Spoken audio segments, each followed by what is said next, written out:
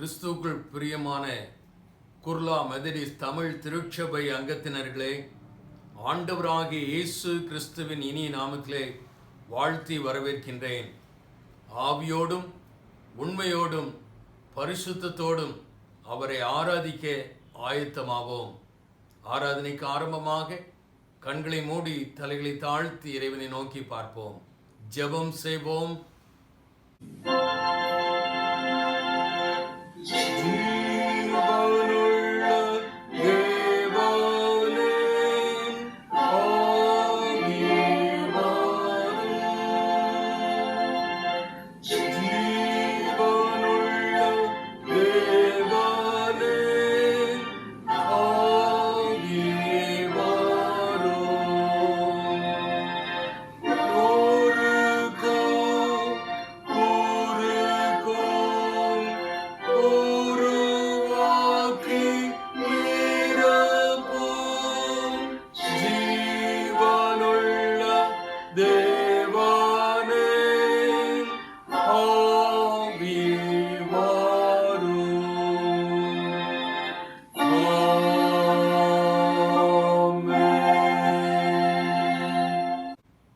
அன்புள்ள ஆண்டவரே, நீர் கிருபையாக ஈவாக தந்த இந்த புதிய வாரத்திற்காக நன்றி.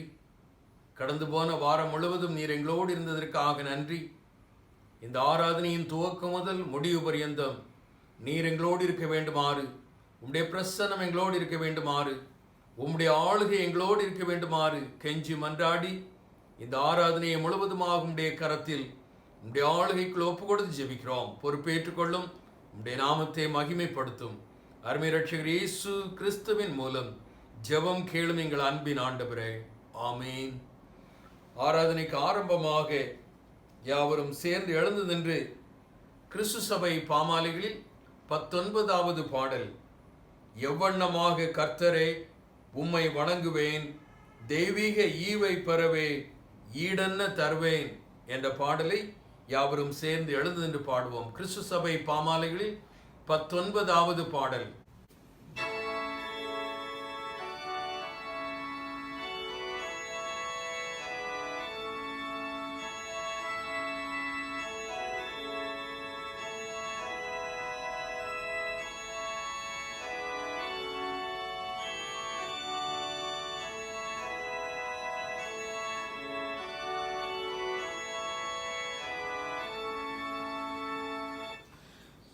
எவ்வண்ணமாக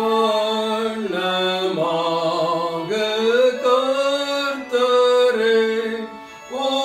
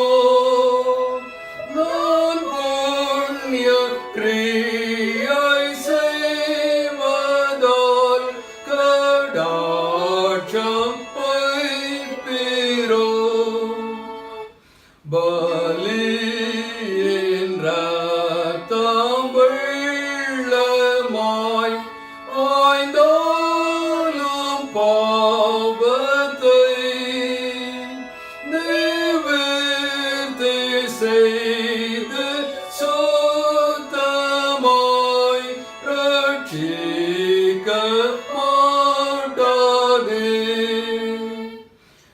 தருவேன். நான் குற்றவாளி ஆகையால் என் பேரில் கோபமே நிலைத்திருந்து அழிதல் நியாயமே. ஆனால் என் பாவம் சுமந்து இரட்சகர் மரித்தார், சாபத்தால் தலை கோணி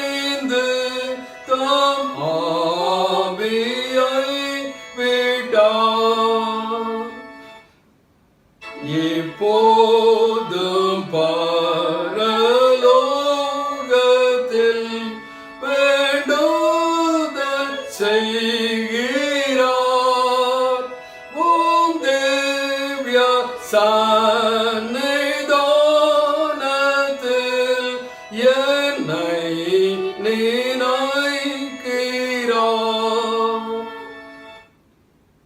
இவ்வண்ணமாக கர்த்தரே உம்மை வணங்குவேன். என் நீதி இயேசு கிறிஸ்துவே, அவரை பற்றினேன். முறைமுறையாக மாறி மாறி வாசிக்கும்படியாக தெரிந்து கொள்ளப்பட்ட சங்கீதம் சங்கீதம் 124. Responsive reading is taken from Psalm 124. மனுஷர் நமக்கு விரோதமாய் எழும்பின போது கர்த்தர் நமது பக்கத்தில் இராவிட்டால், கர்த்தர் தாமே நமது பக்கத்தில் இராவிட்டால், அவர்கள் கோபம் நம்மேல் எரிகையில் நம்மை உயிரோடே விழுங்கி இருப்பார்கள். அப்பொழுது தண்ணீர்கள் நம்மேல் பாய்ந்து வெள்ளங்கள் நமது ஆத்துமாவின் மேல் பெருகி, கொந்தளிக்கும் ஜலங்கள் நமது ஆத்துமாவின் மேல் புரண்டு போயிருக்கும் என்று இஸ்ரவேல் இப்பொழுது சொல்வதாக. நம்மை அவர்களுடைய பற்களுக்கு இரையாக ஒப்புக்கொடாதிருக்கிற கர்த்தருக்கு ஸ்தோத்திரம். வேடருடைய கண்ணிக்கு தப்பின குருவியை போல நம்முடைய ஆத்துமா தப்பிற்று, கண்ணி தெரித்தது, நாம் தப்பினோம். யாவரும் சேர்ந்து வாசிப்போம். நம்முடைய சகாயம் வானத்தையும் பூமியையும் உண்டாக்கின கர்த்தருடைய நாமத்தில் உள்ளது.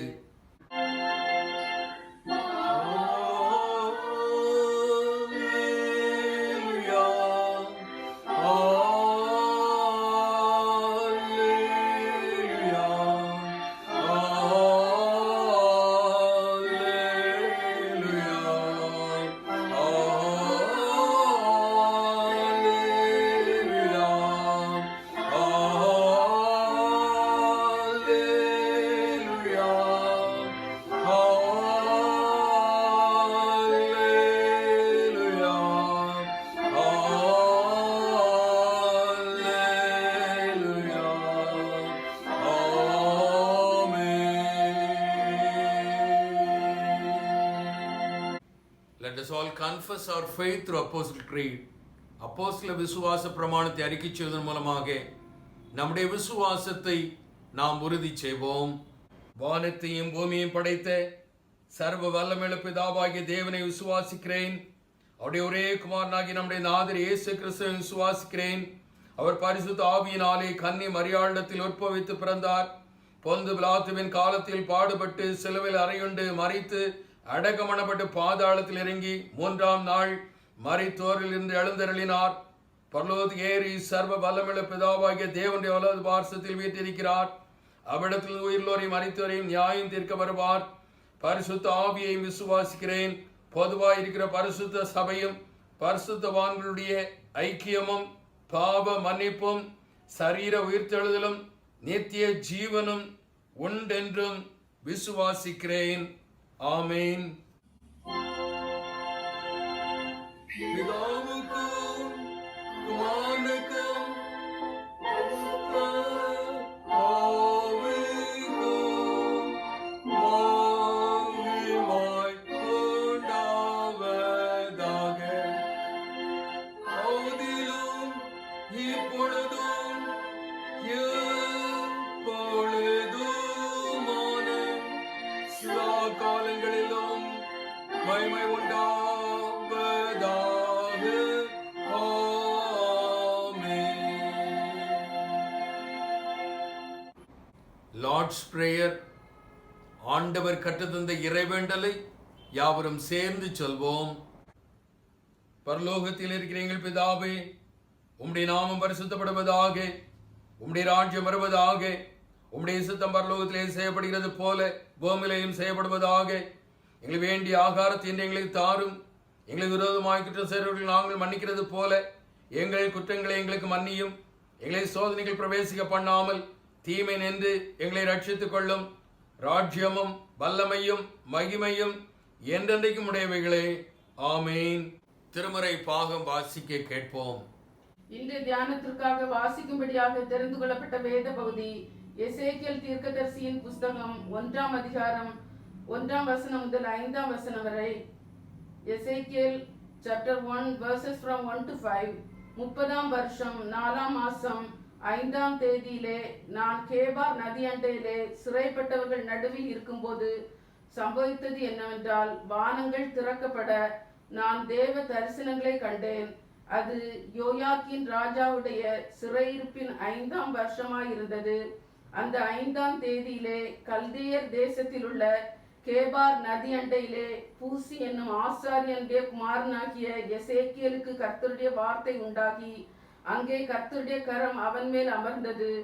இதோ வடக்கே இருந்து புசல் காற்றும் பெரிய மேகமும் அத்தோடே கலந்த அக்னியும் வர கண்டேன். அதை சுற்றிலும் பிரகாசமும் அதன் நடுவில் அக்னிக்குள்ளிருந்து விளங்கிய சொகுசாவின் நிறமும் உண்டாயிருந்தது. அதன் நடுவிலிருந்து 4 ஜீவன்கள் தோன்றின. அவைகளின் சாயல் மனுஷ சாயலா இருந்தது என்பதை வாசிக்கும்படியாக தெரிந்து கொள்ளப்பட்ட வேத பகுதி வாசித்தாயிற்று. தேவனுக்கே மகிமை உண்டாவதாக. ஜெபம் செய்வோம். எங்கள் அன்புள்ள ஆண்டவரே, இந்த மகிழ்ச்சிகரமான ஆராதனை வேளையில் மகிழ்ச்சியோடு உம்மை ஆராதிக்க ஆண்டவர் தந்த வாய்ப்பிற்காக நன்றி. கடந்து போன நாட்கள், கடந்து வந்த பாதைகள் எல்லாவற்றிலும் ஆண்டவருடைய கரம் எங்களோடு இருந்ததற்காக நன்றி. நான் நிர்மூலமாகாமல் இருப்பது ஆண்டவருடைய சுத்த கிருபை என்று தீர்க்கனை போல நாங்களும் சாட்சி பகர ஆண்டவர் அருள் புரிந்ததற்காக நன்றி. ஆண்டவரே, இந்த ஜீவனுள்ள தேசத்திலே நாங்கள் வாழ்கின்ற நாட்களெல்லாம் எங்கள் வாழ்க்கையில் நீர் போதுமானவராக இருந்து எங்கள் கரங்களை பற்றி வழிநடத்தியறல வேண்டுமாறு, எங்கள் தேவைகளை சந்தித்தரல வேண்டுமாறு உம்மை நோக்கி கெஞ்சுகின்றோம். திருச்சபையின் அங்கங்கள் அனைவரையும் குடும்பம் குடும்பமாக உம்முடைய கரத்தில், உம்முடைய ஆணி பாய்ந்த சட்டைகளுக்குள் உம்முடைய சிலுவை அடையாளத்தை அவர்கள் மீது வரைந்து உம்முடைய ஆளுகைக்குள் ஒப்பு கொடுத்து ஜெபிக்கிறோம். பரிசுத்தப்படுத்தும், தூய்மைப்படுத்தும், தேவைகளை சந்தியும். வரும் நாட்களில் ஒவ்வொரு குடும்பங்களையும் ஒவ்வொரு ஸ்தாபனங்களாக ஆண்டவர் உருவாக்கியறல வேண்டுமாறும் நோக்கி கெஞ்சுகின்றோம். ஆண்டவரே, இந்திய தேசத்தில் கொரோனா வைரஸினாலே பாதிக்கப்பட்டிருக்கிற மக்களுக்காக நோக்கி பார்க்கிறோம். பரிகாரத்தை கட்டளையிடும். இந்திய தேசத்தில் இந்த கொரோனா வைரஸினாலே பொருளாதாரத்தில் பின்தங்கி இருக்கின்ற மக்களுக்காக உம்மை நோக்கி பார்க்கிறோம். அவர்கள் இழந்து போன யாவற்றையும் பன்மடங்காக துரிதமாக பெற்றுக்கொள்ளத்தக்கதான பாக்கியத்தை கட்டளையிடும். ஆண்டவரே, இந்த கொரோனா வைரஸை இந்திய தேசத்திலிருந்து அப்புறப்படுத்தும். இந்த கொரோனா வைரஸை ஆண்டவர் செயல் இழக்க செய்யும். ஆண்டவரே, இந்திய தேசத்தில் நடைபெறுகின்ற ஒவ்வொரு ஊழியங்களையும் ஆண்டவர் பொறுப்பேற்றுக் கொள்ளும். இந்திய தேசத்தில் உம்முடைய வார்த்தையை சுமந்து சென்று கொண்டிருக்கிற ஒவ்வொரு ஊழியர்கள் மீதும், மிஷனரிகள் மீதும், ஸ்தாபனங்கள் மீதும் உற்சாகமான ஆவியை பொழிந்தருளும். இந்திய தேசம் சந்திக்கப்பட, இந்திய தேசம் கிறிஸ்தவ தேசமாக மாற, இந்திய தேசத்தில் உம்முடைய சிலுவை கொடி பறக்கத்தக்கதாக ஆண்டவரே நீர் செயல்படும். இந்திய தேசத்தின் ஆட்சியாளர்களுக்காக நோக்கி பார்க்கிறோம். நல்ல ஆட்சியை தாரும், நிரந்தரமான ஆட்சியை தாரும். பாமர மக்களுடைய வாழ்வு வளம் பெறத்தக்கதாக திட்டமிட்டு செயல்படக்கூடிய ஆட்சியாளர்களை எங்களுக்கு தாரும். இந்த ஆட்சியாளர்களின் மூலமாக உம்முடைய பணிக்கு எந்த விதத்திலும் தடை வராதபடி திறந்த வாசலை கட்டளையிடும். ஆண்டவரே, நீர் கொடுத்து வருகின்ற ஆசீர்வாதங்களுக்காக நன்றி. ஆண்டவரே, ஆண்டவரே, ஆலயங்கள் அடைக்கப்பட்டிருக்கிறது. ஆண்டவரே, ஆலயங்கள் துரிதமாக திறக்கப்பட, ஆலயத்திற்குள்ளே பிரவேசித்து உம்மை சுதந்திரமாக நாங்கள் ஆராதிக்கத்தக்கதாக ஆண்டவர் அனுகிரகம் செய்தரல வேண்டுமாறும் நோக்கி பார்க்கின்றோம். ஆண்டவரே, இந்த ஆராதனையில் உம்முடைய வார்த்தையை பகிர்ந்தளிக்கத்தக்கதாக உம்முடைய தாசன் சகோதரர் விமல்குமார் அவர்கள் ஆயத்தமாக இருக்கின்றார்கள். அவர்கள் மூலமாக நீர் என்னோடு எங்களோடு இடைவிட வேண்டுமாறு, பேச வேண்டுமாறு, மெய்யாகவே உம்முடைய மெல்லிய தொனியை நாங்கள் கேட்கத்தக்கதாக ஆண்டவரே அவர்களை வல்லமையின் பாத்திரமாக எடுத்து பயன்படுத்தும். குறிப்பாக எசேக்கியேல் தீர்க்க தரிசன புத்தகத்தை ஆண்டவரே நாங்கள் ஆராய்ந்து பார்க்க இருக்கிறோம். ஆண்டவரே அதிலே நாங்கள் கற்றுக்கொள்ள வேண்டிய காரியங்களை, ஆவிக்குரிய தகவுகளை ஆண்டவரே நாங்கள் தெளிவாக புரிந்து கொள்ள, அறிந்து கொள்ள ஆண்டவரே நீர் செயல்பட வேண்டுமாறு உம்மை நோக்கி கஞ்சுகிறோம். மீண்டும் இந்த ஆராதனையை உம்முடைய கரத்தில், உம்முடைய ஆளுகைக்குள் ஒப்பு கொடுத்து ஜெபிக்கிறோம். பொறுப்பேற்றுக் கொள்ளும். பெரிய காரியங்களை செய்யும், மேலான காரியங்களை செய்யும். அருமை இரட்சகர் இயேசு கிறிஸ்துவின் மூலம் ஜெபம் கேளும் எங்கள் அன்பின் ஆண்டவரே, ஆமீன். அறிவிப்புகள். மெதரிஸ்ட் மென் பிரேயர் ஃபெலோஷிப் வழக்கம் போல ஆராதனைக்கு பிறகு 10 மணிக்கு நடைபெறும். ஆண்கள் அனைவரும் ஜெபத்தோடு கலந்து கொள்ளும்படியாக உங்களை அன்போடு கேட்டுக்கொள்கிறோம். எம்ஒஎஃப் யூத் மீட்டிங் மாலை 4:30 மணிக்கு ஆராதனைக்கு பிறகு நடைபெறும். வாலிபர்கள் அனைவரும் ஜெபத்தோடு கலந்து கொள்ளும்படியாக கேட்டுக்கொள்கின்றோம். WSS பிரேயர் வழக்கம் போல ஒவ்வொரு நாளும் மாலை 3 மணியிலிருந்து 4 மணி வரை நடைபெறும். பெண்கள் அனைவரும் ஜெபத்தோடு ஜெப ஐக்கியத்தில் கலந்து கொள்ளும்படியாக உங்களை அன்போடு கேட்டுக்கொள்கின்றோம். கிறிஸ்துவுக்குள் பிரியமானவர்களே, நமது திருச்சபையின் பாஸ்டரேட் கான்ஃபரன்ஸ் கூட்டமானது வருகின்ற 15ஆம் தேதி மாலை 5 மணிக்கு நம்முடைய திருச்சபை ஹாலில் வைத்து நடைபெற இருக்கிறது. கமிட்டி அங்கத்தினர்கள் அனைவரும் தவறாது ஜெபத்தோடு கலந்து கொள்ளும்படியாக உங்களை அன்போடு கேட்டுக்கொள்கிறேன். அந்த கூட்டத்தை நம்முடைய மாவட்ட கண்காணிப்பாளர் ரெவரண்ட் ஆரன் இஸ்ரேல் அவர்கள் தலைமையேற்று நடத்தி தர இருக்கின்றார்கள். கமிட்டி அங்கத்தினர்களுடைய பெயர்களை வாசிக்கின்றேன். Pastor reverend doctor D Wilson Jayakumar, secretary mister Samuel Manuel, treasurer mister P Sekar, Committee on Church Membership and Records Chairperson Mr. Arul Balraj, Committee on Church Evangelism and Mission Chairperson Mrs. Rachel Gnanapragasam, Committee on Stewardship and Finance Chairperson Mrs. Jane Christopher, Committee on Social Concern Chairperson Mr. Thiriviraj, Committee on Christian Education and Nurture Chairperson Mrs. Janet Sager, Committee on Lay Activities Chairperson Mr. Ernest Martin, Committee on Church Property and Records Chairperson Mr. J. Christopher, Committee on Consolation, Peace and Discipline Chairperson Mr. Gnana Robinson.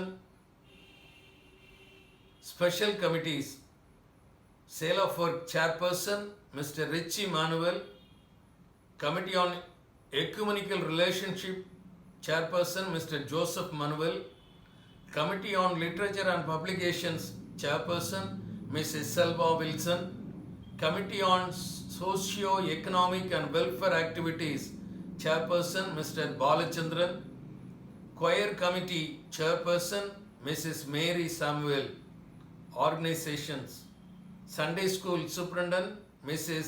Reena Melkis, Methodist Men President Mr. Balraj, WSCS President Mrs. Vigila Thiriviraj, Methodist Youth Fellowship President Mr. Alvin Arulraj. Additional members to the Pastorate Committee: Mr. Gnanapragasam, Mr. S. Selvarajan, Mr. Paul Durai, Mr. Lazarus Palayan, Mr. Raj Sagar. Additional members to the Pastorate Conference: Mrs. Jessie Kirubagaran, Ms. Jayanti Rajpal, Mr. Kirubagaran, Mr. Balraj, Mr. Paul Dasan, Mr. Prince Paul Dasan, Mr. Arun Kanagamani, mister Abraham, mister Gunasekar, mister Joy Pauldurai, mister Ravi Inbodhayan, missus Rajam Robinson, mister Sundar Singh, missus John Rose Rajasekar, mister தாமரட்சன்.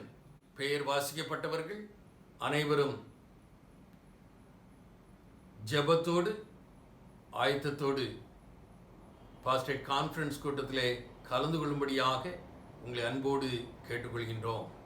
TWR Bible quiz competition வருகின்ற November 29ஆம் தேதி மதியம் 2 மணிக்கு நடைபெற இருக்கிறது. திருமறை பகுதி யாத்ராகமம் முழுவதும் அதற்குரிய ரிஜிஸ்ட்ரேஷன் மற்றும் மேல் விவரங்கள் தெரிந்து கொள்ள மிஸ் ஏஞ்சல் ஞானப்பிரகாசம் அவர்களை அணுகும்படியாக உங்களை அன்போடு கேட்டுக்கொள்கின்றோம். ஜெபத்தோடு தகுந்த ஆயத்தத்தோடு யாவரும் இந்த குயிஸ் காம்படிஷனிலே கலந்து கொண்டு ஆண்டவருடைய நாமத்தை மகிமைப்படுத்தும்படியாக உங்களை அன்போடு கேட்டுக்கொள்கின்றோம். இந்த வாரத்தில் தங்கள் பிறந்த தினங்களை, திருமண நாளை நினைவு கூற இருக்கிற நம்முடைய திருச்சபையின் பிள்ளைகளுடைய பெயர்களை வாசிக்கின்றேன். 11ஆம் தேதி மிஸ்டர் பி ஞான ராபின்சன், 13ஆம் தேதி மிஸ் கேத்ரின் வினிஃப்ரெட், 14ஆம் தேதி மிஸ்ஸஸ் விக்டோரியா ராஜ்பால், 14ஆம் தேதி மிஸ்ஸஸ் கல்பனா பால்ராஜ். இந்த வாரத்தில் தங்கள் திருமண நாளை நினைவுகூர இருக்கிற நம்முடைய திருச்சபையின் பிள்ளைகள் 9ஆம் தேதி Mrs and Mr John Rose Rajasekar, 10ஆம் தேதி Mrs and Mr J Christopher, 12ஆம் தேதி மிஸ்ஸஸ் அண்ட் மிஸ்டர் குணசேகர். இம்மட்டும் கரம் பிடித்து வழி நடத்திய ஆண்டவர் புதிய ஆண்டிலும் புதிய நன்மைகளினால், புதிய கிருபைகளினால், புதிய ஆசீர்வாதங்களினால் இவர்கள் கரங்களை பற்றி வழி நடத்துவாராக. புதிய ஆண்டில் அடியெடுத்து வைக்க ஆயத்தப்பட்டுக் கொண்டிருக்கின்ற பிள்ளைகளுக்காக கண்களை மூடி தலைகளை தாழ்த்தி இறைவனை நோக்கி பார்ப்போம். எங்கள் அன்புள்ள ஆண்டவரே, எங்கள் காலங்கள் உம்முடைய கரத்தில் இருக்கிறது. எங்கள் திருச்சபையின் பிள்ளைகளுடைய வாழ்க்கையில் காலத்தை நீட்டி கொடுப்பதற்காக நன்றி. புதிய ஆண்டில் அடியெடுத்து வைக்க ஆயத்தப்படுகின்ற பிள்ளைகளுடைய ஆயத்தங்களை ஆசீர்வதித்துக் கொடும். அவர்கள் அடியெடுத்து வைக்கின்ற புதிய ஆண்டு ஆசீர்வாதமான ஆண்டாக, தேவைகள் சந்திக்கப்படுகின்ற ஆண்டாக, தடைகள் அப்புறப்படுத்தப்படுகின்ற ஆண்டாக, மகிழ்ந்து களிகூறுகின்ற அனுபவங்கள் பலவற்றை பெற்று அனுபவிக்கின்ற ஆண்டாக புதிய ஆண்டை அவர்களுக்கு ஆசீர்வதித்துக் கொடும். இதே போல அநேக பிறந்த தினங்களை, அநேக திருமண நாளை இந்த உலக வாழ்க்கையில் அவர்கள் காண கண்டு உமக்கு தோத்திர பலிகளை ஏறெடுக்க அருள்தாரும். அருமை இரட்சகர் இயேசு கிறிஸ்துவின் மூலம் ஜெபம் கேளும் எங்கள் அன்பின் ஆண்டவரே, ஆமீன். திருச்சபைக்கு காணிக்கை, தோத்திர காணிக்கை, சுய வெறுப்பு காணிக்கை, ஏல பாக்கிகள், திருச்சபைக்கு கொடுக்க வேண்டிய காணிக்கைகளை திருச்சபையின் வங்கி கணக்கில் நேரடியாக செலுத்தும்படியாக உங்களை அன்போடு கேட்டுக்கொள்கின்றோம். அதற்குரிய விவரங்கள் கொடுக்கப்பட்டிருக்கிறது. இன்னும் மேலும் விவரங்கள் தேவையாக இருக்குமேயானால் நம்முடைய திருச்சபையின் பொருளாளர் சகோதரர் பி சேகர் அவர்களை தொலைபேசியிலே தொடர்பு கொண்டு தகுந்த ஆலோசனையை பெற்றுக் கொள்ளும்படியாக உங்களை அன்போடு கேட்டுக்கொள்கின்றோம். இந்த வாரத்திலே நம்மத்திலே ஆண்டவருடைய வார்த்தையை பயனளிக்கத்தக்கதாக சகோதரர் விமல்குமார் அவர்கள் ஆயத்தமாக இருக்கின்றார்கள். திருமறையில் ஆதியாகம் முதல் வெளிப்படுத்தின விசேஷம் வரை 66 புத்தகங்கள் கொடுக்கப்பட்டிருக்கிறது. இந்த 66 புத்தகங்களில் 3 தீர்க்க தரிசன புத்தகங்கள் மறைபொருள்கள் நிறைந்த, புதிர்கள் நிறைந்த, எளிதாக புரிந்து கொள்ள முடியாத 3 நூல்கள். 1 வெளிப்படுத்தின விசேஷம், 2 தானியேலின் தீர்க்க தரிசன புத்தகம், 3வது எசேக்கியேல் தீர்க்க தரிசன புத்தகம். இந்த 3 புத்தகங்களில் வெளிப்படுத்தின விசேஷத்தை 4 பகுதிகளாக சகோதரர் விமல்குமார் நமக்கு விளக்கி கற்றுக் கொடுத்தார்கள். அதே போல தானியேல் தீர்க்க தரிசன புத்தகத்தை 2 பகுதிகளாக அவர்கள் நமக்கு எளிய முறையில் கற்றுக் கொடுத்தார்கள். இன்றிலிருந்து 4 பகுதிகளாக எசேக்கியேல் தீர்க்க தரிசன புத்தகத்தை நமக்கு எளிய முறையில் கற்றுத்தர அவர்கள் ஆயத்தமாக இருக்கின்றார்கள். இன்று முதல் பகுதியை நம்மத்திலே அவர்கள் பகிர்ந்தளிக்க இருக்கின்றார்கள். அவர்களை திருச்சபையின் சார்பில், உங்கள் சார்பில், என்னுடைய சார்பில் வருக வருக என்று வரவேற்றுக் கொள்கின்றேன்.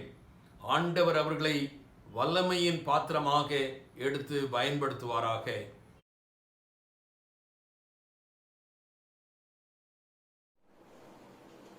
கண்களை மூடி தலைகளை தாழ்த்தி ஜெபிப்போம். நேசிக்கும் நல்ல பிதாவே, இந்த நல்ல அருமையான காலை வேளையை காண கொடுத்த தயவிற்காக நாங்கள் நன்றியோடு உமக்கு ஸ்தோத்திரம் செலுத்துகிறோம் ஆண்டவரே. இப்பொழுதும் அப்பா, நாங்கள் சிந்திக்கக்கூடிய எசேக்கியேல் தீர்க்க தரிசன புஸ்தகத்தில் உள்ள ஆழமான சத்தியங்களை நாங்கள் அறிந்து கொள்ள நீர் எங்களுடைய இருதயத்தை கிரியை செய்யுங்கப்பா. ஆசீர்வதியும் வழி நடத்தும். இயேசு கிறிஸ்துவின் மூலம் ஜெபம் கேளும் நல்ல பிதாவே, ஆமென். இன்றைய நாளில் நாம் எசேக்கியேல் தீர்க்க தரிசன புஸ்தகத்தை தியானிக்க அழைக்கப்படுகிறோம். இந்த புஸ்தகத்தை தியானிப்பதற்கு முன்பு நாம் ஒரு சில காரியங்களை நாம் மனதில் ஆழமாக பதித்துக் கொள்ள வேண்டும். அதாவது, கடைசி 3 யூதா ராஜாக்கள் குறித்து நாம் தெரிந்து கொள்ள வேண்டும். அவர்களுடைய பெயர் மாத்திரம் உங்களுக்கு ஞாபகத்தில் இருந்தால் போதும். யோயாக்கீம், யோயாக்கீன், சிதேக்கியா, இவர்கள் தான் கடைசி 3 யூதா ராஜாக்கள். அதே போல 3 வருடங்கள் உங்கள் மனதில் பதித்துக் கொள்ள வேண்டும்.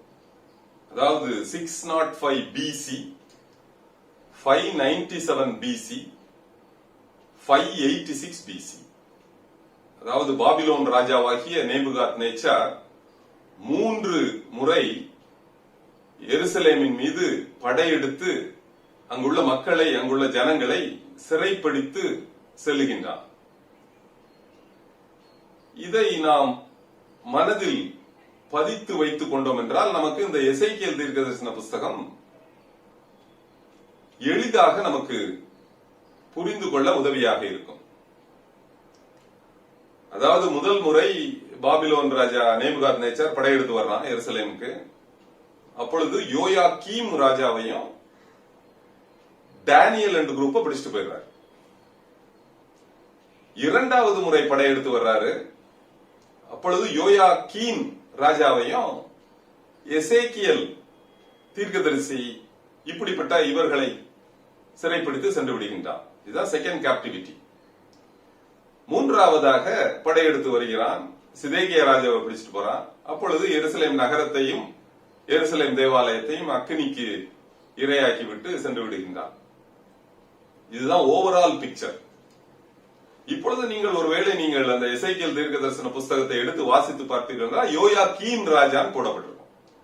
அதே போல தானியேல் புஸ்தகத்தை எடுத்து பார்த்தீர்கள் என்றால் அங்கு யோயாக்கீம் ராஜான்னு போடப்பட்டிருக்கும். அப்ப எசேக்கியேல் தீர்க்கதரிசி பாபிலோனுக்கு சிறை கைதியாக எடுத்து செல்லப்படுகின்றார். இது எப்போ? Second captivity. இந்த செகண்ட் கேப்டிவிட்டிக்கும் தேர்ட் கேப்டிவிட்டிக்கும் உள்ள கேப் 9 இயர்ஸ். அதாவது 597 BC-க்கும் 586 BC-க்கும் இடையில உள்ள கேப் 9 இயர்ஸ். அந்த 9 இயர்ஸ், அதாவது அந்த 9th இயர் தேர்ட் கேப்டிவிட்டி நடக்குது. அப்போ இவன் நேபுகாத் நேச்சார் வர்றாரு. இந்த எருசலேம் தேவாலயத்தை கம்ப்ளீட்டா உள்ள எல்லாத்தையும், அங்க உள்ள பாத்திரங்களை எல்லாத்தையும் எடுத்துட்டு தீக்கு இரையாக்கி விட்டு சென்று விடுகின்றான். இப்பொழுது நாம் இந்த புஸ்தகத்தில், அதாவது எசேக்கியேல் எழுதின தீர்க்க தரிசன புஸ்தகத்தில் செகண்ட் கேப்டிவிட்டியிலிருந்து ஸ்டார்ட் பண்றோம். அதற்கு பிறகு அநேக காரியங்களை நாம் சிந்திப்போம். இன்றைய நாளில் நாம் முதல் 12 அதிகாரத்தை நாம் சிந்திக்க அழைக்கப்படுகின்றோம். அதாவது மொத்தம் 48 அதிகாரங்கள். 4 வாரமாக நான் இதை பிரித்துக் கொள்கின்றேன். முதல் 12 அதிகாரத்தை இன்று நாம் சிந்திக்க போகின்றோம். இப்பொழுது எசேக்கியேல் தீர்க்கதரிசி சிறை கைதியாக சிறைப்பட்ட மக்களோடு கல்தேயருடைய பட்டணத்தில் இருக்கின்றார். கல்தேயருடைய தேசத்தில் இருக்கின்றார். கல்தேயருடைய பட்டணம்னா பாபிலோன் தேசத்துல இருக்கிறாரு. அது இன்னைக்குள்ள ஈராக் தேசம். இது அந்த யோயாக்கீம் ராஜாவினுடைய சிறையிருப்பின் 5வது வருஷம், 5th இயர். அப்படின்னா 4 more years தான் இருக்கு 3rd கேப்டிவிட்டி. அந்த 3rd கேப்டிவிட்டியோட டோட்டலா யூதா ராஜ்யம் முடிவடைகின்றது. இப்போ அந்த 5th இயர்ல ஆண்டவருடைய கரம் பூசி என்னும் ஆசாரியனுடைய குமாரனாகிய எசேக்கியேல் மேல அமர்கின்றது. He feels the presence of God. யாரு? எசேக்கியேல் தீர்க்கதரிசி. அவர் எப்படி அதை எக்ஸ்பீரியன்ஸ் பண்றாருன்னா, வடக்கே இருந்து ஒரு பெரிய புயல் காற்று, மேகம், அக்னி இத பாக்குறார். பிரகாசமா பாக்குறார். அப்ப அந்த அக்னிக்குள்ளாக இருந்து 4 ஜீவன்கள் தோன்றுகின்றது. அந்த 4 ஜீவன்களும் பார்ப்பதற்கு மனுஷ சாயலாக காணப்படுகின்றது. அந்த 4 ஜீவன்களுக்கும் ஒவ்வொரு ஜீவனுக்கும் 4 முகங்கள், ஒவ்வொரு ஜீவனுக்கும் 4 செட்டைகள். அந்த செட்டைகளுக்கு கீழே மனுஷ கைகள். பார்ப்பதற்கு அது மனுஷனை போல நிமிர்ந்து நிற்கின்றது. அதனுடைய உள்ளங்கால்கள் கன்றுக்குட்டியினுடைய உள்ளங்கால்கள் போல காணப்படுகின்றது. பார்ப்பதற்கு பிரகாசமான வெண்கலத்தை போல தோற்றம் அளிக்கின்றது. அந்த ஒவ்வொரு ஜீவன்ல உள்ள 4 முகம் எப்படி இருக்கு அப்படின்னா, ஒன்று சிங்க முகம், ஒன்று மனுஷ முகம், ஒன்று எருது முகம், ஒன்று கழுகு முகம். 4 முகங்கள். அந்த 4 ஒவ்வொரு ஜீவனுக்கும் 4 செட்டைகள். 2 செட்டைகள் பறப்பதற்கு, 2 செட்டைகள் தங்களுடைய உடல்களை மூடிக்கொள்வதற்கு. இந்த 4 ஜீவன்களும் ஒவ்வொன்றும் ஒவ்வொரு டைரக்ஷனை நோக்கி போகுது. East, west, south, north. அப்படி நேரா போகும்போது எதையும் திரும்பி பார்க்கலாம். அதே போல அவைகள் மேலே எழும்பவும் அதற்கு அதிகாரம் கொடுக்கப்படுகின்றது. நேரா ஸ்ட்ரெயிட்டாவும் போகும். It will go up also. இப்பொழுது இந்த ஜீவன்களுக்கு அருகாமையில் ஒரு பெரிய சக்கரம் காணப்படுகின்றது. சக்கரம் என்பது ஒரு பெரிய வட்டம். இந்த சக்கரத்தில் ஒரு முகம் காணப்படுகின்றது. இந்த சக்கரத்திற்கு முழுமையுமாக அதுல கண்கள் காணப்படுகின்றன. இந்த சக்கரம் எப்படி இருந்ததுன்னா, சக்கரத்திற்குள் சக்கரம் இருந்ததா, வட்டத்திற்குள் வட்டம். இந்த ஜீவன்களுடைய ஆவி இந்த சக்கரத்தில் தான் இருந்ததா. அப்படின்னா என்ன அர்த்தம்? இந்த ஜீவன்கள் எங்கெல்லாம் போகுதோ அதுக்கு கூடயே இந்த சக்கரமும் டிராவல் பண்ணுமா. இந்த சக்கரம் எவ்வளவு பெருசா இருந்ததுன்னா, பயங்கரப்படத்தக்க உருவமாயிருந்துதான். பெரிய சக்கரம், சர்க்கிள், வட்டம். நம்மளால இமேஜின் பண்ணி பார்க்க முடியாத ஒரு சைஸ். இந்த ஜீவன்களுக்கு மேலே, இந்த 4 ஜீவன்களுக்கு மேலே ஒரு மண்டலம் காணப்படுகின்றது, பிளாட்ஃபார்ம். அந்த மண்டலத்திற்கு மேலே ஒரு சிங்காசனம். அந்த சிங்காசனத்தில் ஆண்டவர் வீற்றிருக்கின்றார். பெருவெள்ளத்து இரைச்சல், ஒரு ராணுவத்தின் சத்தம் பார்க்கிறதுக்கே பயங்கரமா இருக்குது. இப்பொழுது இதை பார்த்தவுடன் எசேக்கியேல் தீர்க்கதரிசி அப்படியே முகங்குப்புற விழுந்து ஆண்டவரை வணங்குகின்றார். இது ஆண்டவருடைய மகிமையின் தோற்றம். இப்படிதான் முதல் அதிகாரம் முடிகின்றது. இப்பொழுது ஆண்டவர் 2வது அதிகாரத்தில் எசேக்கியேல் தீர்க்கதரிசியை கைப்பிடித்து தூக்குகின்றார். ஏன்னா முகங்குப்புற விழுந்தவரை கைப்பிடிச்சு தூக்குறார். இப்போ கைப்பிடிச்சு தூக்கி அவரை நிற்கிறார். காலூன்றி இப்பொழுது எசேக்கியேல் தீர்க்கதரிசி நிற்கிறார். ஆண்டவர் இப்பொழுது எசேக்கியேல் தீர்க்கதரிசியிடம் பேசத் தொடங்குகின்றார். எப்படி பேச தொடங்குறாரு? அவர் என்ன சொல்றாரு? எசேக்கியேல், நான் உன்னையே இந்த இஸ்ரவேல் ஜனங்கள் மத்தியில் அனுப்ப போகின்றேன். நீ நினைக்கிற மாதிரி இந்த இஸ்ரவேல் ஜனங்கள் வந்து சாதாரண ஜனங்கள் கிடையாது. இவர்கள் கலக வீட்டார், கலகக்காரர்கள், இருதய கடினம் உள்ளவர்கள், முரட்டாட்டம் பிடித்தவர்கள், கடின முகம் உள்ளவர்கள். நீ சொன்னேன்னா அவன் கேட்க மாட்டான், முரண்டு பண்ணுவான். நான் என்ன பண்றேன், உன்னை தேள்களுக்குள்ளும் முள்ளுகளுக்குள்ளும் நெரிஞ்சில்களுக்குள்ளும் அனுப்புகின்றேன். எனக்கு தெரியும் இது ரொம்ப டஃப் அசைன்மெண்ட் தான் உனக்கு. ஆனாலும் நீ போய் அவங்கள சந்திக்கணும், அவங்களோட பேசணும். ஏனென்றால் இந்த ஜனங்கள் இவர்களுக்கு மத்தியில் ஒரு தீர்க்கதரிசி இருக்கின்றான் என்பதை அவர்கள் உணர்ந்து கொள்ள வேண்டும். இதற்கு அடையாளமாக நீ என்ன பண்ணணும் அப்படின்னா, என் கையில ஒரு சின்ன புஸ்தகம் இருக்குது, சிறிய புஸ்தக சுருள் இருக்குது, அதை வாங்கிக்கோ அப்படின்னு ஆண்டவர் ஆஃபர் பண்றார். அந்த புஸ்தகத்தில் உள்ளும் புறம்பும் எழுதப்பட்டு என்ன எழுதி இருக்குதுன்னா, புலம்பல்களும் தவிப்புகளும் ஐயோ என்றும் எழுதப்பட்டிருந்தது அப்படின்னு தான் அந்த வசனம் குறிப்பிடுது. இப்போ எசேக்கியேல் தீர்க்கதரிசி அந்த புக்கை வந்து ஆண்டவர்கிட்ட இருந்து வாங்கிக்கிறார். இதுதான் 2வது அதிகாரம். இப்பொழுது 3வது அதிகாரம் தொடங்குது. இது எப்படி தொடங்குதுன்னா, ஆண்டவர் என்ன சொல்றாரு, நீ வாங்கின அந்த புஸ்தகத்தை புசி, வாங்கி புசி என்று கூறுகின்றார். உடனே எசேக்கியேல் தீர்க்கதரிசி என்ன பண்றாரு, அந்த புஸ்தகத்தை வாங்கி புசிக்கின்றார்.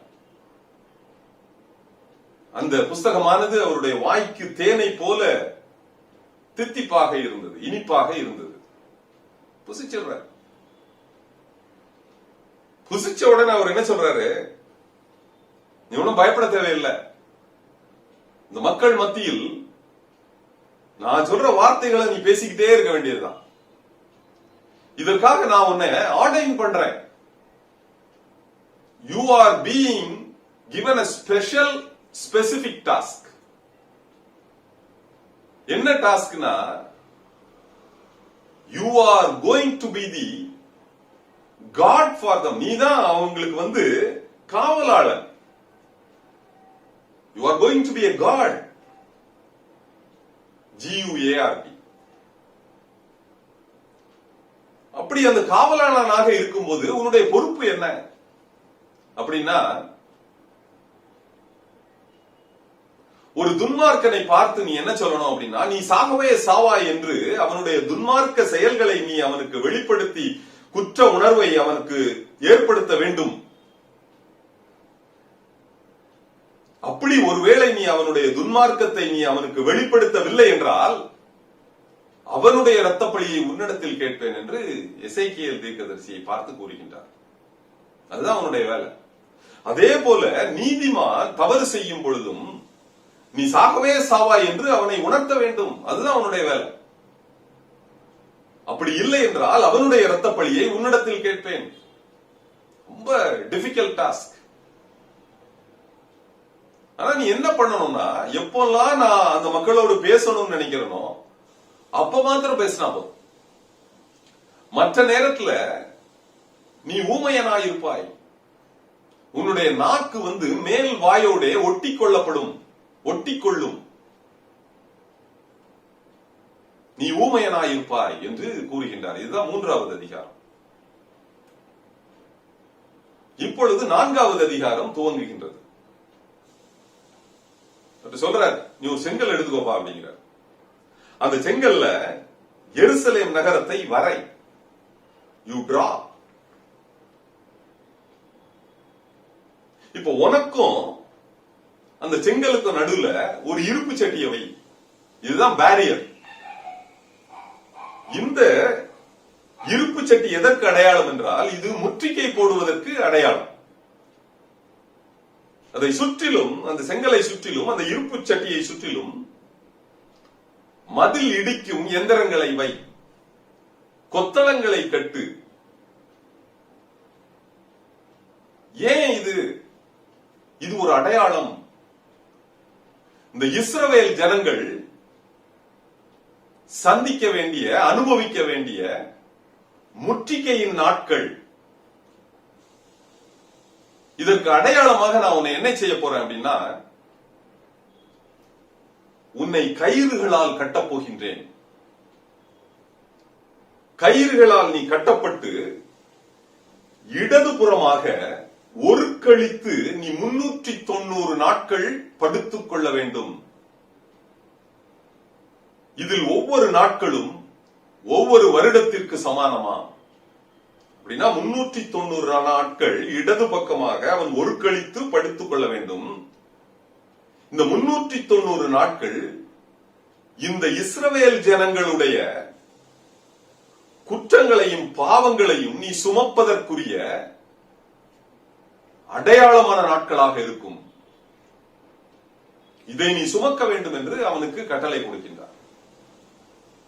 அப்ப அடுத்ததாக இந்த 390 நாட்கள் முடிந்த பிறகு அடுத்து ஒரு 40 நாட்கள் வலது பக்கமாக நீ ஒரு கழித்து படுக்க வேண்டும். அது எதற்கு என்றால் இந்த யூதா ஜனங்களுக்காக நீ சுமக்க வேண்டிய முற்றுகை நாட்கள், அனுபவிக்க வேண்டிய நாட்கள். ஆக 430 நாட்கள் இந்த முழு ஜனங்களும் தங்களுடைய குற்றங்களை சுமக்க வேண்டும் என்பதை ஆண்டவர் அவனுக்கு அடையாளமாக காண்பிக்கின்றார்.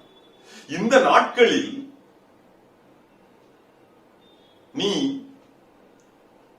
கோதுமையையும் வார்கோதுமையையும் திண்ணையும் கம்பையும் பெரும்பயிரையும் சிறும்பயிரையும் தான் நீ சாப்பிடணும். ரொம்ப லிமிட்டட் ஃபுட் தான். 20 சேக்கல் நிறை தான் இருக்கணும். தண்ணீரை கூட நீ ஹின்னுங்கிற அளவுல 1/6 தான் நீ குடிக்கணும். ரொம்ப டஃப் டைம், டஃபா இருக்குது அவருக்கு. ஏன் அப்படின்னா, நான் இந்த ஜனங்கள் மீது அப்பம் என்னும் ஆதரவு கோலை நான் முறிக்கின்றேன். சாப்பிடும் போது கூட அவன் விசாரத்தோடு தான் சாப்பிடணும். தண்ணீரை குடிக்கும் போது திடுக்கிட்டு தான் குடிக்கும்.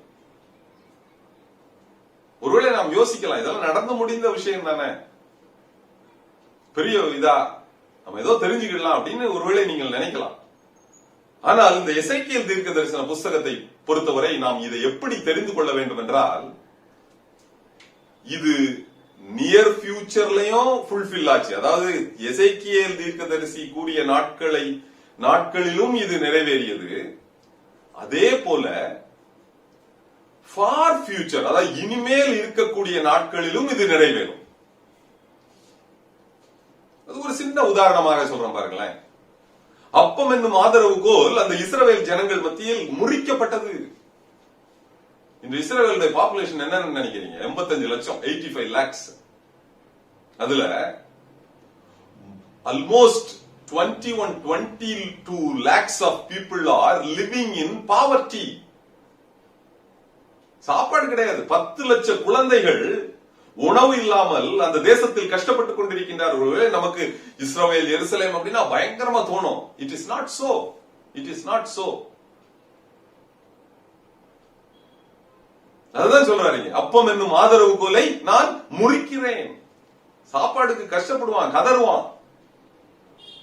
எல்லாருக்கும் நெட் ஆக்சஸ் இருக்கு. இஸ்ரேல் 365 டைம்ஸ் ஆஃப் இஸ்ரேல் இதெல்லாம் எடுத்து பாருங்க. விக்கிபீடியாவை எடுத்து பாருங்க, பிரிட்டானிக்காவை எடுத்து வாசித்து பாருங்க. Facts are very clearly given. அவர்கள் நல்ல நிலைமையில் இல்லை. இப்படிதான் அந்த 4வது அதிகாரம் முடியுது. இப்பொழுது 5வது அதிகாரம் துவங்குகின்றது. ஆண்டவர் எசேக்கியேல் தீர்க்கதரிசியை கூப்பிடுறாரு. கூப்பிட்டு என்ன சொல்றாரு? நல்ல ஒரு கருக்கான கத்தியை எடுத்துக்கோப்பா. கத்தியை எடுத்துக்கொண்டு அதாவது இது ஒரு சவரகன் கத்தி, ஷேவிங் ரேசர். உன்னுடைய முடியையும் தாடியையும் சிரைத்துக்கொள். அதாவது யூதர்களுக்கு முடியையும் தாடியையும் எடுக்கிறதுங்கிறது ஒரு பெரிய ஹியூமிலியேஷன். அப்படி பண்ண சொல்றாரு. அப்படி பண்ண சொல்லிட்டு அவர் என்ன சொல்றாரு, இதை 3 பங்காக பிரித்துக்கொள். அதில் முதலாவது பங்கை என்ன பண்ணு, அதை நகரத்தின் மத்தியில் அக்கினியால் சுட்டரித்து விடு. இது எதற்கு அடையாளம்? நேபுகாத்நேச்சார் அடுத்த படையெடுப்பின் போது இந்த நகரத்தை சுட்டு எரித்து விடுவான் என்பதற்கு அடையாளமாக 5வது வருடமே அவனுக்கு சொல்றார். 9வது வருடம் அதை டோட்டலா எரிச்சிட்டு போயிடுவான். 2வது பங்கை என்ன பண்ண சொல்றாரு, 2வது பங்கை இன்னும் சின்ன சின்னதா வெட்டி, அந்த முடியை சின்ன சின்னதா வெட்டி காற்றிலே தூற்றி போடு. இந்த ஜனங்களை நான் புறஜாதிகளுக்குள்ளே சிதறி போக பண்ணுவேன் என்று சொல்றார். 3வது பங்கை என்ன சொல்றாரு, 3வது பங்கை ஆண்டவர் அந்த ஜனங்களை பட்டயத்தாலும் பஞ்சத்தாலும் கொள்ளை நோயினாலும் வாதிப்பேன், சாக பண்ணுவேன் என்று சொல்றார். அந்த அளவுக்கு ஆண்டவர் இந்த ஜனங்கள் மீது அதிருப்தியாக காணப்படுகின்றார். ஏன் அப்படின்னா, அவருடைய கட்டளைகளை மீறி விட்டார்கள், நியாய பிரமாணங்களை கை கொள்ளவில்லை. புறஜாதிகள் மத்தியில் ஆண்டவருடைய நாமத்தை தூஷித்து போட்டார்கள் என்று ஆண்டவர் ரொம்ப வருத்தப்படுறார். ஒருவேளை நாம் இதை முடிந்து போன சரித்திரமாக எடுத்துக்கொண்டாலும் இனிமேல் நடக்கக்கூடிய சரித்திரமாகவும் நாம் மனதில் கொள்ள வேண்டும். ஏனென்றால் இந்த எசேக்கியேல் புக்கை மாத்திரம் நீங்க படிக்கும் போது ரொம்ப அநேக காரியங்களை டூயல் ப்ராஃபஸியாக தான் நீங்க அண்டர்ஸ்டாண்ட் பண்ணிக்கணும். ஒன்னு that was fulfilled in the near future, அந்த காலத்திலே நிறைவேறிவிட்டது. அதே நேரம் அதே தீர்க்க தரிசனம் இனிமேலும் நிறைவேறும். டூயல் ப்ராஃபஸி, ஒரே வசனம் 2 காலங்களில் நிறைவேறக்கூடிய ஒரு தீர்க்க தரிசனமாக இதை எடுத்துக்கொண்டு புரிந்து கொள்ள வேண்டும். இப்பொழுது 6வது அதிகாரம். இந்த 6வது அதிகாரத்தில் என்ன சொல்றாரு, இஸ்ரவேலின் பர்வதங்களை பார்த்து கூறுகின்றார். இஸ்ரவேலின் பர்வதங்களையும் குன்றுகளையும் கன்மலைகளையும் ஓடைகளையும் பள்ளத்தாக்குகளையும் பார்த்து சொல்லு. ஏன் அப்படின்னா, இந்த இடத்துலதான் இந்த இஸ்ரவேல் ஜனங்கள் என்ன பண்ணா, மேடைகளை கட்டினா, விக்கிரகங்களை வச்சான், சிலைகளை வச்சான். இவை எல்லாவற்றையும் நான் தகர்த்து போடுவேன், உடைத்து போடுவேன், நொறுக்கி போடுவேன் சொல்ற. இதுலயும் பாத்தீங்கன்னா, இப்படிப்பட்ட நாட்கள் ஏற்கனவே நிறைவேறி விட்டது என்று எடுத்துக்கொண்டாலும், சகரியா 13வது அதிகாரத்தை எடுத்து பாருங்க. ஃபியூச்சர் ப்ராஃபஸி, இனிமேல் நடக்க வேண்டிய காரியம். அந்த வசனம் என்ன சொல்லுது, கடைசி நாட்களில் நான் இந்த ஜனங்களின் பாவத்தையும் அழுக்கையும் நீக்கி தாவீதின் குடும்பத்தாருக்கும் எருசலேமின் குடிகளுக்கும் ஒரு திறந்த ஊற்றை உண்டாக்குவேன். அப்பொழுது நான், 2வது வசனத்தை பாருங்க, சகரியா 13:2, விக்கிரகத்தை எல்லாம் தகர்த்து போடுவேன். This is a future event. அப்படிதான் நம்ம இதை புரிஞ்சு கொள்ளணும். இவ்வாறு எருசலேம் இஸ்ரவேல் பர்வதத்தை குறித்து அவர் சபிக்கின்றார்.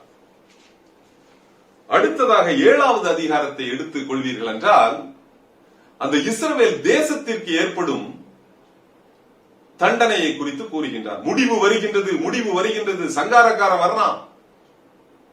தேசத்தின் 4 முனைகளிலும் இருந்து இந்த தேசத்திற்கு முடிவு வருகின்றது. தேசம் அழிக்கப்பட்டு போகும், பாழாக்கப்பட்டு போகும். ஏசாயா 17வது அதிகாரத்தை எடுத்து பாத்தீங்கன்னா, தமஸ்கு பாழான மண்மேடாகும். இந்த தமஸ்குங்கிறது சிரியாவுடைய கேபிட்டல். சிரியால ஏறத்தாழ 8 வருடத்திற்கு மேலாக யுத்தம் நடந்து கொண்டே இருக்கின்றது. அது ஒரு border of Israel, northern border of Israel. அங்க அந்த 17வது அதிகாரத்துல ஏசாயா எப்படி சொல்றாரு, அந்த பார்டர் ஓபன் ஆயிருவாங்க. கோலன் ஹைட்ஸ் என்று கூறக்கூடிய அந்த பார்டர் ஓபன் ஆயிரும். அந்த இடத்தோடி இஸ்ரேலுக்குள்ள மக்கள் என்டர் பண்ணிடுவாங்க. The enemies will enter Israel through that border. அப்படி என்டர் பண்ணும்போது எப்ராயிம் தேசம் அழிக்கப்பட்டு போகும். எப்ராயிம் தேசம்னா இஸ்ரேலுடைய மேஜர் போர்ஷன் அந்த காலத்துல. அதுதான் நார்தர்ன் பார்ட் ஆஃப் இஸ்ரேல். அது அழிக்கப்பட்டு போகும் என்று கூறுகின்றார். இனிமேல் நடக்கக்கூடிய ஒரு சம்பவம். ஆக இது ஒருவேளை ஒரு சில காரியங்கள் இதற்கு முன்பே நடந்திருந்தாலும் இனிமேல் இது நடக்கும் என்று கூறுகின்றார். இதுதான் 7வது அதிகாரம், இஸ்ரவேல் தேசத்தை குறித்த தீர்க்க தரிசனம். இப்பொழுது 8வது அதிகாரம், அதாவது 6ஆம் வருடம் ஆண்டவர் எசேக்கியேல் தீர்க்கதரிசியை மறுபடியுமாக சந்திக்கின்றார். எசேக்கியேல் தீர்க்கதரிசி அவருடைய வீட்டில் இருக்கின்றார். அவரை சுற்றிலும் மூப்பர்கள் அமர்ந்திருக்கின்றார்கள். இப்பொழுது ஆண்டவருடைய கரம் எசேக்கியேல் தீர்க்கதரிசியின் மேல் அமர்ந்து அவருடைய தலைமயிரை பிடித்து அவரை எருசலேம் தேவாலயத்திற்கு அழைத்து செல்கின்றார். இன்னர் கோட்ல உள்ள நார்த்தன் கேட்ல கொண்டு போய் அவரை விடுறார். அந்த இடத்தில் பாழாக்கும் அருவருப்பு, எரிச்சல் உண்டாக்குகிற விக்கிரகம் ஸ்தாபிக்கப்பட்டிருப்பதை ஆண்டவர் எசேக்கியேல் தீர்க்கதரிசிக்கு காண்பிக்கின்றார்.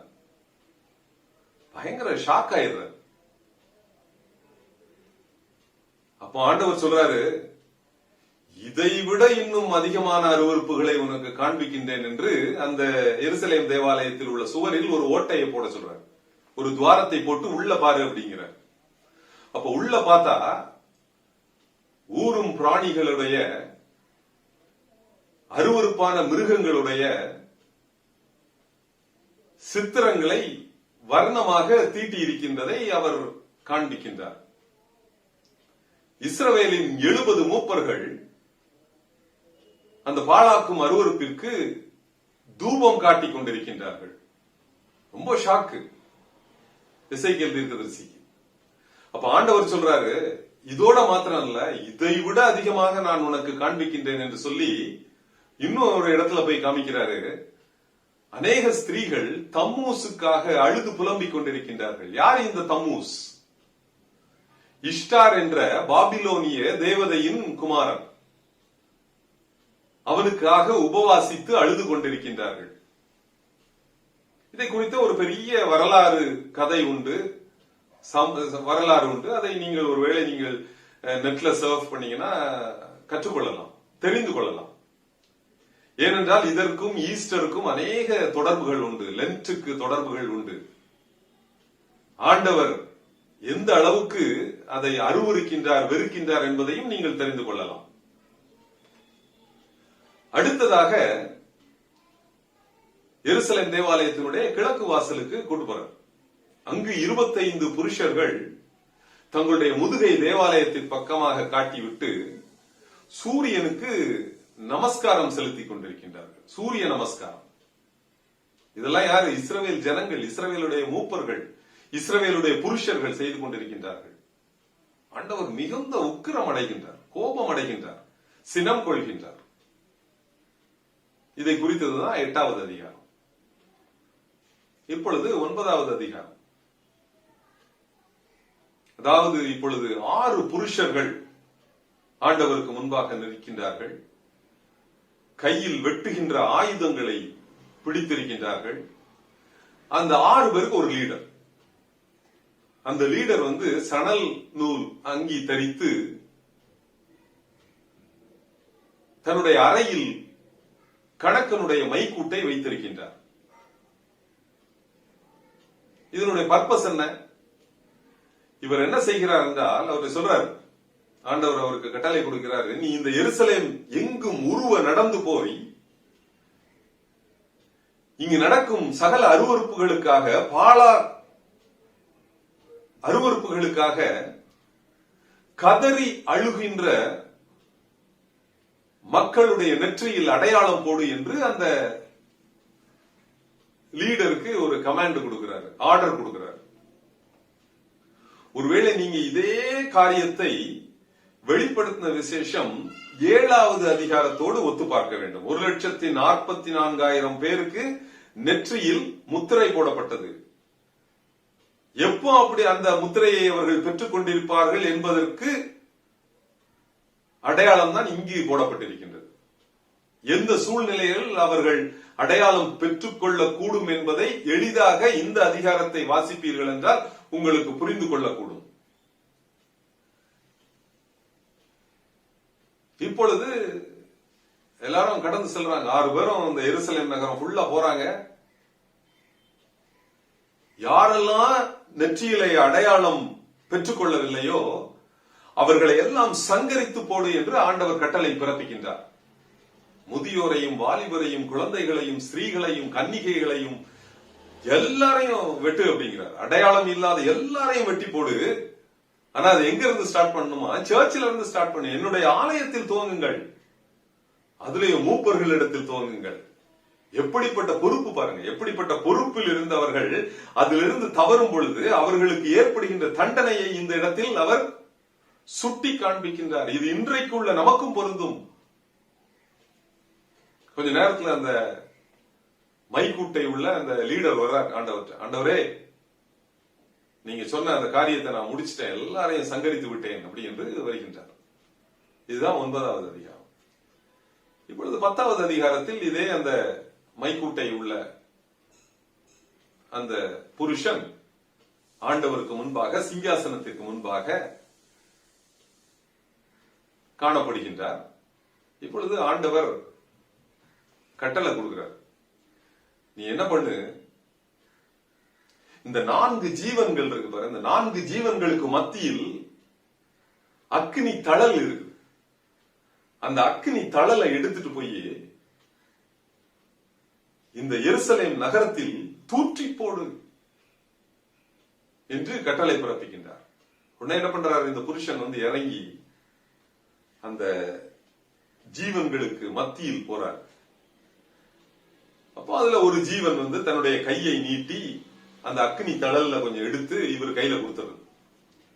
இந்த புருஷன் என்ன பண்றான், எருசலேம் நகரம் எங்கும் இந்த அக்னியை தூற்றி விடுகின்றான். இதுதான் 10வது அதிகாரம். இப்பொழுது ஆண்டவருடைய மகிமை அந்த எருசலேம் தேவாலயத்தை விட்டு கடந்து செல்கின்றது. இப்ப 11வது அதிகாரத்தில் மறுபடியுமாக இந்த 25 புருஷர்கள் காணப்படுகின்றார்கள். அவரோட சேர்ந்து 2 பிரபுக்கள் இருக்கிறாங்க. யசனியாவும் பெலத்தியாவும் காணப்படுகின்றார்கள். இப்போ அவங்க பேசிக்கிட்டு இருக்காங்க. இப்போ இந்த எருசலேம் எல்லாம் திருப்பி எல்லாம் எடுத்து எல்லாம் கட்ட முடியாது. நாங்க வந்து இறைச்சி, இந்த நகரம் வந்து ஒரு பானை அப்படின்னு சும்மா பேசிட்டு இருக்கிறாங்க. இந்த நகரம் என்பது ஒரு பானை, நாங்கள் அதில் உள்ள இறைச்சி. அதாவது அக்னியே எங்களை சூழ்ந்து வந்தாலும் இந்த பானை, அதாவது இந்த நகரமானது எங்களை காத்துக்கொள்ளும், எங்களை ப்ரொடெக்ட் பண்ணும். நாங்கள் இறைச்சியை போன்று அந்த பானைக்குள் பத்திரமாக நாங்கள் காக்கப்படுவோம் என்று ரொம்ப பெருமையா பேசிட்டு இருக்காங்க. அப்போ ஆண்டவர் சொல்றாரு, ஆண்டவர் மிகவும் சினம் கொண்டவராக சொல்கிறார், அந்த இறைச்சி நீ இல்ல, இங்க இருக்கின்ற இஸ்ரவேல் ஜனங்கள் அல்ல, நீ அப்பாவி மக்களை கொன்று குவித்த கொலையுண்டவர்கள். உன்னை நான் அங்க இறைச்சியா வச்சிருக்க மாட்டேன். நான் உன்னை இந்த தேசத்திலிருந்து துரத்தி விடுவேன், தூற்றி விடுவேன், விரட்டி விடுவேன். ஏன்னா நீங்க ஒரு நாள் கூட, ஒருவர் கூட என்னுடைய நியாயங்களை கைப்பற்றவில்லை, எல்லோரும் என்னுடைய கட்டளைகளை மீறி நடந்தீர்கள் என்று கூறுகின்றார். அப்படி சொல்லிட்டே இருக்கும்போது அந்த பிரபுக்கள், 2 பிரபுக்கள் ஒருத்தன் செத்து போறான். பெலத்தியா அங்கே சாகறான். எசேக்கியேல் பயங்கர பயம் அடைஞ்சிடுறாரு. எசேக்கியேல் ஆண்டவர் நோக்கி, ஆண்டவரே ரொம்ப கோவப்படாதீங்க, உங்களுடைய மனம் இறங்கணும் அப்படின்னு கேட்கிறார்.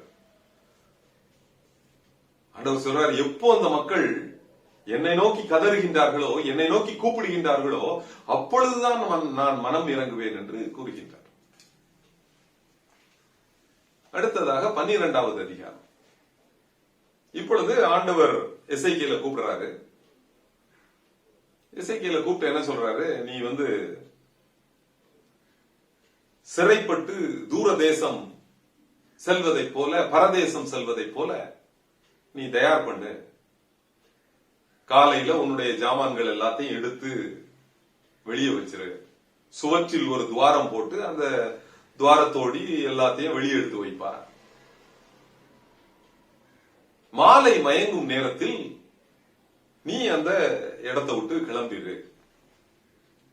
உன்னுடைய வஸ்திரத்தால் உன்னுடைய முகத்தை மூடிக்கொண்டு திரும்பி பார்க்காமல் நீ கடந்து செல் அப்படின்னு ஒரு கட்டளை பிறப்பிக்கிறார். உன்னுடைய ஜாமான்களை எல்லாம் எடுத்துட்டு நீ நடந்து போயிரு அப்படிங்கிறார்.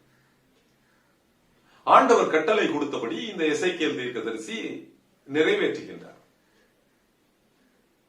அப்போ இதை பார்த்து கொண்டிருந்த அந்த சிறைப்பட்ட மக்கள் எசேக்கியேல் தீர்க்கதரிசிட்ட கேட்கிறாங்க, இதெல்லாம் எதற்கு அடையாளம், எதுக்காக இப்படி நீ பண்ற அப்படின்னு சொல்லும் போது, நான் இப்பொழுது என்ன பண்றேனோ அதே போல உங்களுடைய குமாரர்கள் அங்கு இஸ்ரவேல் தேசத்தில் உள்ள மீதியான உங்களுடைய குமாரர்கள் இப்படிப்பட்ட சூழ்நிலைக்கு தள்ளப்பட்டு விடுவார்கள். திரும்பி கூட பார்க்க முடியாத அளவுக்கு கூடிய சீக்கிரத்தில் நேபுகாத் நேச்சார் அந்த ஜனங்களை சிறை பிடித்து திரும்பி போக முடியாத அளவுக்கு இங்கு கூப்பிட்டு வந்து விடுவான் என்று சொல்றாங்க. அப்போ இந்த மக்கள் சொல்றாங்க, இஸ்ரவேல் ஜனங்கள் தான் கடின இருதயம் உள்ளவங்களாச்சே, முரட்டாட்டம் பிடிச்சவங்களாச்சே, கலக வீட்டார்களாச்சே. அப்ப சொல்றாங்க அவங்க எசேக்கியேல் தீர்க்கதரிசியை பார்த்து, அட நீ வேறப்பா, இவன் சொல்றதெல்லாம் இப்போல்லாம் ஒண்ணும் நிறைவேறாது, அது நிறைவேறினாலும் அதுக்கு ரொம்ப நாள் ஆகும், ரொம்ப வருஷம் ஆகும் அப்படின்னு ரிலக்டன்டா they were not willing to hear. அவர் சொல்லுவதை செவி கொடுப்பதற்கு மந்தமா இருக்கிறார். அப்ப ஆண்டவருக்கு ரொம்ப கோபம் வந்தது. நீ இதை சீரியஸா எடுத்துக்கல, இப்ப பாரு, கூடிய சீக்கிரத்திலேயே நான் இதை நிறைவேற்றுவேன் என்று கூறி முடிக்கின்றார். ஆக இன்று நாம் முதல் 12 அதிகாரத்தை நாம் தியானித்தோம். 6வது வருஷம் வரைக்கும் வந்திருக்கும். 9வது வருஷம் வந்துருச்சுன்னா that will be the last captivity. அதோட யூதா ராஜ்யம் முடிவடைந்து விடும். ஆக நாம் இன்று 48 அதிகாரத்தில் 12 அதிகாரங்களை நாம் கவர் செய்து விட்டோம். அடுத்த வாரத்திலிருந்து நாம் அடுத்தடுத்த பகுதிகளை நாம் சிந்திப்போம். கண்களை மூடி தலைகளை தாழ்த்தி ஜெபிப்போம். நேசிக்கும் நல்ல பிதாவே, இந்த நல்ல அருமையான காலை வேளையை காண கொடுத்த தயவிற்காக நாங்கள் நன்றியோடு உமக்கு ஸ்தோத்திரம் செலுத்துகிறோம் ஆண்டவரே. இப்பொழுது ஆண்டவரே, எசேக்கியேல் தீர்க்க தரிசன புஸ்தகத்தின் முதல் 12 அதிகாரங்களை நாங்கள் சிந்திப்பதற்கு நீர் பாராட்டிய கிருபைக்காக நாங்கள் நன்றி செலுத்துகிறோம் ஆண்டவரே. இப்படிப்பட்ட ஒரு பெரிய வாய்ப்பினை இந்த திருச்சபை மக்களோடு பகிர்ந்து கொள்ள நீர் கொடுத்த மேலான கிருபைக்காக நன்றி செலுத்துகிறோம். முக்கியமாக பாஸ்டர் டாக்டர் வில்சன் ஜெயக்குமார் அவர்களுக்கும் அவருடைய குடும்பத்திற்கும் நான் நன்றி செலுத்துகிறேன் ஆண்டவரே. அவர் மூலம் அநேகர் இன்னும் உம்முடைய ராஜ்யத்திற்கு பாத்திரவான்களாக மாற்றப்பட ஆண்டவரே நீர் அவரை எடுத்து வல்லமையாக பயன்படுத்திக் கொண்டிருப்பதற்காக நன்றி செலுத்துகிறோம். ஆசீர்வதியும் வழிநடத்தும் இயேசு கிறிஸ்துவின் மூலம் ஜெபம் கேளும் நல்ல பிதாவே, ஆமென்.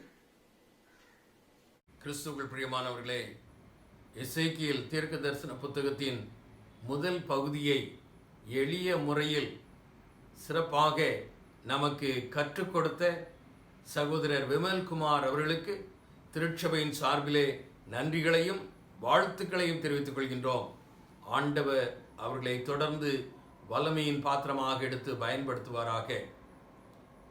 கேட்ட செய்தியை மனதில் கொண்டு அர்ப்பணிப்போடு கிறிஸ்து சபை கீர்த்தனைகளில் 167வது கீர்த்தனை, நம்பி வந்தேன் மேசியா, நான் நம்பி வந்தேனே, திவ்ய சரணம் சரணம் சரணமையா, நான் நம்பி வந்தேனே என்ற பாடலை கேட்ட செய்தியை மனதில் கொண்டவர்களாக அர்ப்பணிப்போடு பாடுவோம்.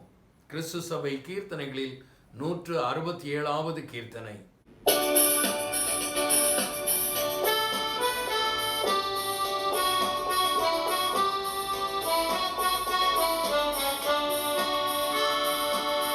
நம்பி வந்தேன் மேசையா, நான் நம்பி வந்தேனே, திவ்ய சரணம் சரணம் சரணமையா, நான் நம்பி வந்தேனே, நம்பி வந்தேன் நான் நம்பி வந்தேனே. தம்பிரான் ஒருவனே தஞ்சமே தருவனே வருதாவிது குமர குரு பரமனுவேலே நம்பி வந்தேனே. நான் நம்பி வந்தேன் மேசையா, நான் நம்பி வந்தேனே. பாத தரிசனம் அன்பான தரிசனம் நிட நிட சரி தொழுவத்திதம் எனவும் துதியில் நம்பி வந்தேனே. நான் நம்பி வந்தேன் மேசையா, நான் நம்பி வந்தேனே. நாதனே கிருபை கோர் வேதானே சிறுமை தீர் அதிநலமிகும் உனதிரு திருவடி அருளை நம்பி வந்தேனே. நான் நம்பி வந்தேன் மேசையா, நான் நம்பி வந்தேனே. அதனே பாவியே கோவியில் கோபியே கனபறிவுடன் அருள் புரி அகல விடாது நம்பி வந்தேனே. நான் நம்பி வந்தேன் மேசையா, நான் நம்பி வந்தேனே. கோலமே பாதுகா காலமே உனதடிமைகள் பாடுதுய அவதிகள் மெத்த நம்பி வந்தேனே. நான் நம்பி வந்தேன் மேசையா, நான் நம்பி வந்தேனே. தேவ்ய சரணம் சரணம் சரணம் ஐயா, நான் நம்பி வந்தேனே. ஜெபம் செய்வோம். எங்கள் அன்புள்ள ஆண்டவரே, இந்த ஆராதனையில் அர்ப்பணிப்போடு கலந்து கொண்ட ஒவ்வொருவரையும் ஆசீர்வதியும், அவருடைய தேவைகளை சந்தியும். சகோதரர் விமல்குமார் மூலமாக எசேக்கியேல் தீர்க்க தரிசன புத்தகத்தின் முதல் பகுதியை எளிய முறையில் நீர் எங்களுக்கு கற்றுக் கொடுத்ததற்காக நன்றி ஆண்டவரே. ஆண்டவரே, மறை பொருளை கற்றுக்கொள்ள ஆண்டவரே தந்த வாய்ப்பிற்காக நன்றி ஆண்டவரே. தொடர்ந்து நாங்கள் இந்த எசேக்கியேல் தீர்க்க தரிசன புத்தகம் முழுவதையும் நன்கு கற்று அதன் மூலமாக ஆண்டவரே மறைபொருள்களை தெரிந்து கொள்ள புரிந்து கொள்ள அதன் மூலமாக நாங்களுடைய ராஜ்யத்திற்கு எங்களை தகுதிப்படுத்திக் கொள்ள ஆண்டவர் அனுகிரகம் செய்தரல வேண்டுமாறு உம்மை நோக்கி பார்க்கின்றோம். ஆண்டவரே, நாங்கள் உலகத்திற்குள் கடந்து செல்கிறோம். மீண்டும் இந்த ஆராதனையில் வந்து உம்மை ஆராதிக்கின்ற நாள் வரை, உம்முடைய ஆராதனையில் கலந்து கொள்கின்ற நாள் வரை இந்த உலகம் என்கிற வனாந்திர பாதையிலே உம்முடைய பராமரிப்பை எங்களுக்கு கட்டளையிடும். குற்றம் குறைவுகள் எல்லாவற்றையும் மன்னியும். துதி கனம் மகிமை அனைத்தும் உமக்கே. அருமை இரட்சகர் இயேசு கிறிஸ்துவின் மூலம் ஜெபம் கேளும் எங்கள் அன்பின் ஆண்டவரே. ஆமீன்.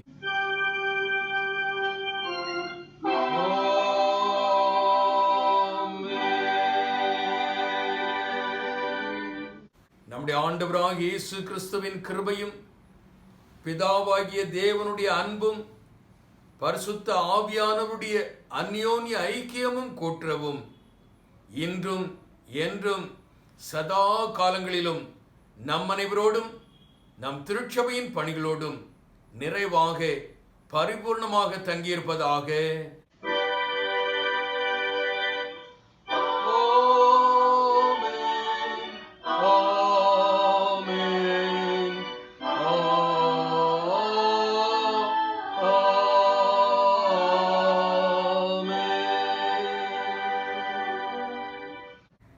யாவரும் சேர்ந்து சொல்வோம். என் ஆத்துமாவே கர்த்தரை தோத்திரி, என் முழு உள்ளமே அவருடைய பரிசுத்த நாமத்தை தோத்திரி. என் ஆத்துமாவே கர்த்தரை தோத்திரி, கர்த்தர் செய்த சகல உபகாரங்களை மறவாதே. ஆமீன்.